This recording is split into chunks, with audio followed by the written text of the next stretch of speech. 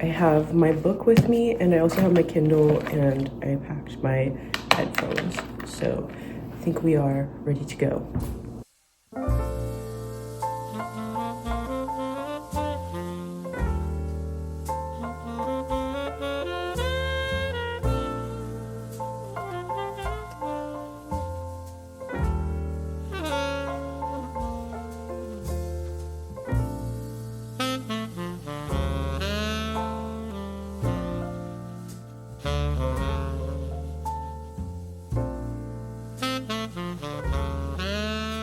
Hello everyone, welcome to day 5 of Vlogmas. This morning I went to the Emily Dickinson Museum. This was my second time visiting. Since the last time I went, they've actually opened up a whole new house. The house where Emily Dickinson's brother, Austin Dickinson, lived with his wife, Susan Dickinson. It was well worth a second visit, not only because there was, the whole other house to explore, but also because every time you go to the Emily Dickinson Museum, it's not like the Met where you just sort of wander around and look at photos and read captions and then leave at your leisure. It's a very structured, guided tour, and you're not really allowed to wander around in the house by yourself. Your experience at the house depends a lot on who your tour guide is. So because I had a different tour guide this time, she focused on different aspects of Emily's life. And really, even though I had already been to the house, I still came away with new insights and new understandings about Emily's life and her poetry. Something that I find really impressive from the tour guides is that they're just able to, on command, recite poems. Really was lovely when we would go into the library. The tour guide would share a poem about like the brain that Emily Dickinson had wrote, and it just was a really dense 2 hours of learning about Dickinson's life. There are several things that I took away from this tour. One is that I love how Emily Dickinson's family operated and how much they loved each other, allowed and fostered each other's idiosyncrasies. For example, Emily herself, she was a very singular and unique figure for that time. First of all, the fact that she never got married, and yet she was supported and loved by her family. And I think you hear so many stories of that time period where women are pressured into marriage, and that just wasn't the case for Emily or her sister Lavinia. There was so much love in that family. It's really special to be walking through their home and learn about these stories, the tragedies of their life. I think it's important as well to recognize that Emily's life was only possible because of the degree of privilege that she enjoyed. Her family was very wealthy. Her brother and father were lawyers, and the Dickinsons were a very prominent family in Amherst. Maybe not to the point of like the Rockefellers or Isabella Stewart Gardner in Boston. On the Amherst scale, they were extremely well-to-do, and that privilege allowed Emily to live that life that she lived, the very literary, introverted life. We got to learn about Emily's passion for nature and the weather and how she loved to, quote, live New Englandly. I loved that quote so much. Emily was just so enamored with the natural world, and she had this meticulous collection of plants, her herbarium, that the museum does not have. It's actually under the care of Harvard, which I think brings up an interesting tension, I guess, between the Emily Dickinson Museum and Harvard, because Harvard has so many of her poems and a lot of the original artwork. For example, Harvard has the original portrait done of Emily and her siblings, and the one that hangs in the museum is just a printing. As well, Harvard owns all of the books from the Dickinson family collection, and so even though they owned over 2,000 volumes, and these books would have been strewn about the house, would have been everywhere, the house is actually quite bare of books because they all are at Harvard under like moisture control. I asked the tour guide about whether or not there were any hard feelings between the museum and Harvard, and she was kind of like, well, it is what it is. Like, you can't really do anything, and there's no way that Harvard's gonna give those books back, but I just thought that was interesting how so many of the items, like really significant items, are missing from the actual museum and from the actual house where Emily Dickinson lived. The house itself has a really fascinating history because after the Dickinsons passed away, the house fell into the hands of someone of a different family. Someone like lived there for many years. It was going to be sold to a grocery store who wanted to tear down the house and build a grocery store there. At that point, Amherst College stepped in and bought the house, and for decades they would like put up professors and their family in the house until in 2003 the museum was established. They started to restore the house to its not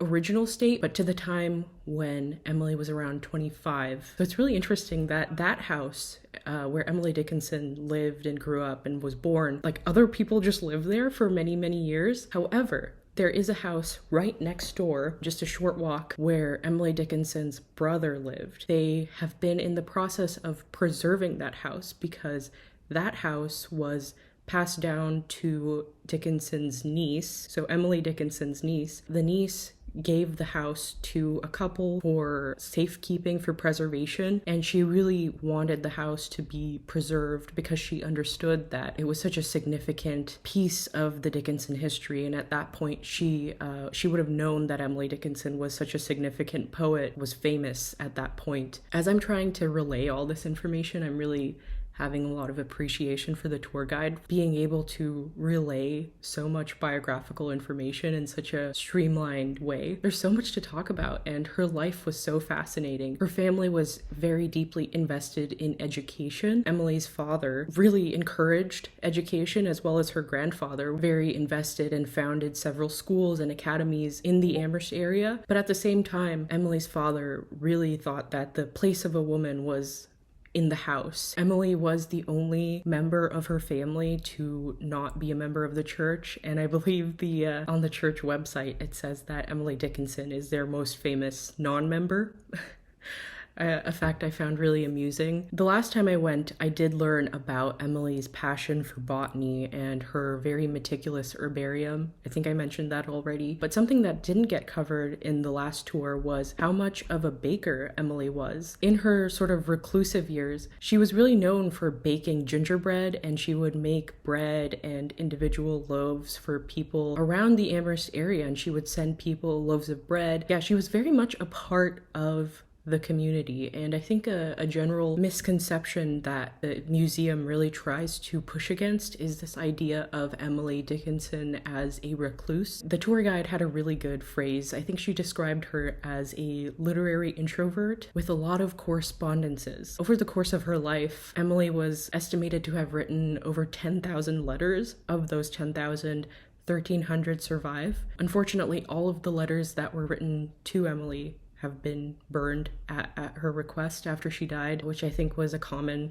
practice at the time. The letters that she wrote still exist. What you learn from those letters is that Dickinson had a very robust network of people that she talked to. I feel like Emily would just love the modern day with the internet, where you can just spend all day talking to people about your specific interests and not have to go outside. From all accounts, she was a very opinionated, intelligent, and witty and wonderful person. I'm realizing as I'm saying all of this that I just want to read an Emily Dickinson biography. They do have a gift shop at the museum, but I did not indulge this time. I'm trying to be a little more thrifty after doing my Christmas shopping. Just another excuse to go back another time. That was a very long rant about Emily Dickinson. I feel like I had a really literary day. After the museum, I headed over to Amherst Coffee. Amherst Coffee is a very fascinating coffee shop to me because, first of all, they don't have any flavored syrups, so if you ask them for like a vanilla latte,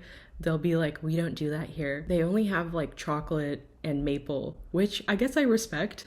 They're sort of pretentious, but I actually really like the vibe there. They open early. I think that any serious coffee shop needs to open at the very latest at 7 a.m. People should be able to stop by your establishment on their way to work and not be late for work if you're a serious coffee shop, in my opinion. And the second quirky thing about Amherst Coffee is that I don't think they have free Wi-Fi there. I tried connecting to a Wi-Fi and I did not see any Wi-Fi named Amherst Coffee. The cell service there is not particularly good either, which makes for actually a very good environment to read. And I got in a solid couple hours of reading. I had a cappuccino and then I got a pot of tea. I think I got in like a solid 130 pages of 2666 by Roberto Bolaño, which I had intended to finish this weekend. I don't think that's gonna happen. Instead of making myself finish it and rushing through it, I'm just gonna start other books. So last night I started Emma Lyon, the first novella, and it's so charming and lovely. This was a recommendation by Matt Keane, one of my subscribers here on YouTube, and I'm so glad that I started reading it. It's the kind of story that I particularly love. It reminds me a little bit of Catherine Called Birdie, both in its structure and the narrative voice, written as the diary of this young girl in London. Very spunky, rebellious,